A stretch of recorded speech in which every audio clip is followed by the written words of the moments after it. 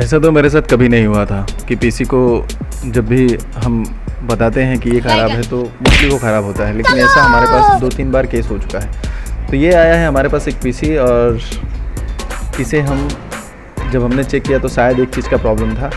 जब ये मुझे लगा कि शायद एचएमपीएस का प्रॉब्लम है क्योंकि पावर सप्लाई नहीं आ रही है। अब हमने यहाँ पर पावर सप्लाई चेंज की तो पता चला मदरबोर्ड में फिर भी लाइट नहीं आ रही है। तो फिर क्या था, हमने डायग्नोस किया तो पता चला मदरबोर्ड भी काम नहीं कर रहा है। अब मदरबोर्ड काम नहीं कर रहा है तो हमने सबसे पहले एसएमपीएस को चेंज किया था। अब दूसरा हम लगाते हैं इस मदरबोर्ड को। मदरबोर्ड को जैसे ही लगाया तो पता चला ये भी नहीं काम कर रहा है।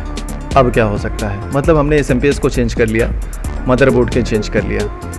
अब बात आती है इसके मेन चीज़ पर, प्रोसेसर पर। तो हमने क्या किया, एसएमपीएस को पहले फिट किया क्योंकि बाहर ही चेक करना पड़ता है। अब हमने सारी चीज़ों को मिलाया। अब हमने उस मदरबोर्ड से प्रोसेसर को निकाला। ये देख सकते हैं आप, ये सीपीयू फ़ैन है और इसकी कंडीशन भी आप देख सकते हैं। तो मुझे लगा कि शायद प्रोसेसर का प्रॉब्लम होगा। अब क्या हुआ कि इस प्रोसेसर को हम जब निकालने के बाद हमने इसे नए मदरबोर्ड में फिट किया। यहाँ पर आप देखो, इसे भी बहुत आसानी से निकाला जाता है क्योंकि पिन डैमेज होने की तो संभावना इस प्रोसेसर में नहीं होती है, लेकिन अगर मदरबोर्ड में वर्किंग है मदरबोर्ड तो आप उसमें प्रॉपरली तरीके से नहीं कर पाएंगे। तो हमने इसे साइड में रखा और इसकी रैम को भी निकाला क्योंकि यही रैम हमें दूसरे वाले में लगानी है। अब चेक करने के लिए तो हमें सारी चीज़ें पूरा का पूरा पीसी को रीबिल्ड करना पड़ा और ये सारे के सारे कंपोनेंट्स जो आप देख रहे हैं ये सब हम अभी टेस्टिंग पर्पज़ के लिए लगा रहे हैं, ओनली फॉर टेस्टिंग पर्पज़। तो देखो, हमने ये प्रोसेसर तो निकाल लिया है। अब प्रोसेसर को हम लगाएंगे नए वाले मदरबोर्ड में और नए वाले मदरबोर्ड में लगाएंगे, फिर देखते हैं कि क्या होता है। अभी हमने 2 चीज़ चेंज किया है, एक एसएमपीएस और दूसरा मदरबोर्ड, और ये है तीसरी रैम और चौथा प्रोसेसर।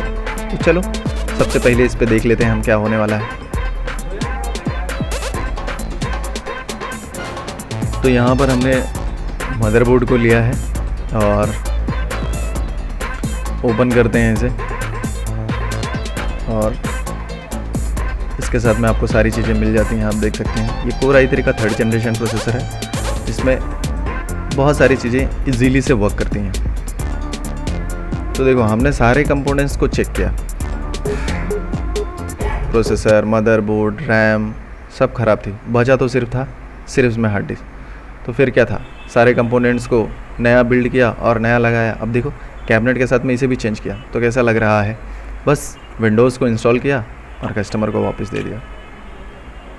यहाँ पर हम सिर्फ पीसी बिल्ड नहीं करते, आपकी छोटी से लेकर बड़ी समस्या का समाधान करते हैं, चाहे वो हार्डवेयर से रिलेटेड हो या सॉफ्टवेयर से रिलेटेड हो या फिर नेटवर्क से रिलेटेड हो। मिलते हैं आपको किसी नेक्स्ट वीडियो में।